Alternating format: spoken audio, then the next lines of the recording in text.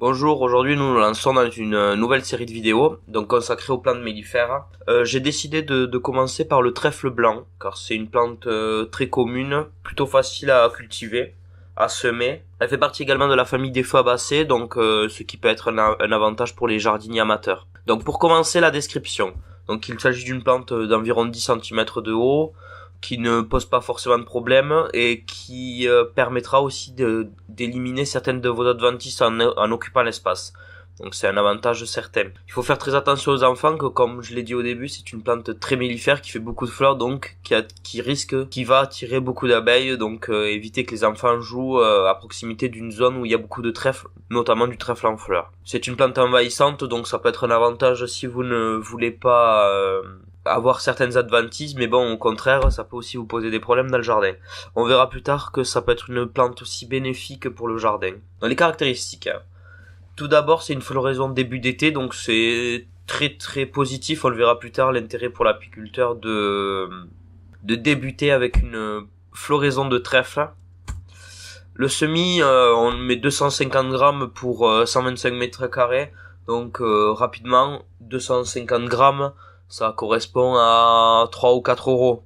Donc c'est pas forcément très cher, mais bon, il faut beaucoup de fleurs pour faire du miel. Donc ça va se multiplier d'année en année, donc c'est pas forcément représentatif. Voici donc du semis. Le semis, on peut le débuter dès mars, même avant, ça pose pas forcément de soucis. On peut le faire tout jusqu'à mai, et les premières floraisons arriveront mi-mai, début juin, donc de plus en plus mi-mai. Donc c'est idéal pour débuter comme il faut votre production d'abeilles. Il s'agit d'une plante légumineuse, donc pour ceux qui ne le savent pas, c'est une plante qui va permettre d'enrichir votre terre en azote, donc qui sera bénéfique pour les autres plantes. Et c'est une plante très résistante, donc vous n'avez pas de problème de mortalité, notamment l'hiver. C'est une plante qui tient très très bien au froid et également à la sécheresse, donc pas besoin d'arroser et pas besoin de les rentrer l'hiver. Elle meurt pas non plus l'hiver, donc ça ne pose pas forcément de soucis.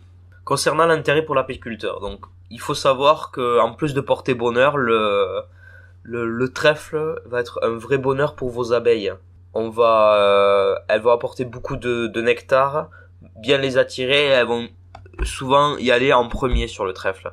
Donc c'est vraiment un bonheur. Concernant l'abeille viande, donc c'est un terme un peu technique pour dire que c'est un miel qui va produire beaucoup d'abeilles. Donc c'est idéal pour lancer votre saison d'apiculteur. Ça va permettre donc d'avoir beaucoup d'abeilles pour pouvoir ensuite récupérer le miel que vous souhaitez. Donc pour le sud, ce sera par exemple du romarin qui viendra un peu plus tard. Donc, vous aurez beaucoup d'abeilles grâce au trèfle qui vous permettra d'augmenter votre production de miel visé. Justement, concernant le miel de trèfle, donc il est crémeux. Il est très apprécié en Angleterre, mais très peu en France. Je crois que j'en ai jamais vu dans le commerce en tant que tel. C'est possible, vous me le direz dans les commentaires si vous en avez déjà vu. Donc il est crémeux, très apprécié en Angleterre. Il a une odeur délicate et agréable, donc de la couleur dont je vous ai mis le rond juste à côté. Donc ça peut être peut-être un miel qui peut être intéressant pour certains plats, et notamment avec du chèvre. Pour terminer, je vous remercierai de nous suivre et de petit j'aime sur la vidéo. Merci, au revoir et à bientôt pour continuer notre série de plantes mellifères.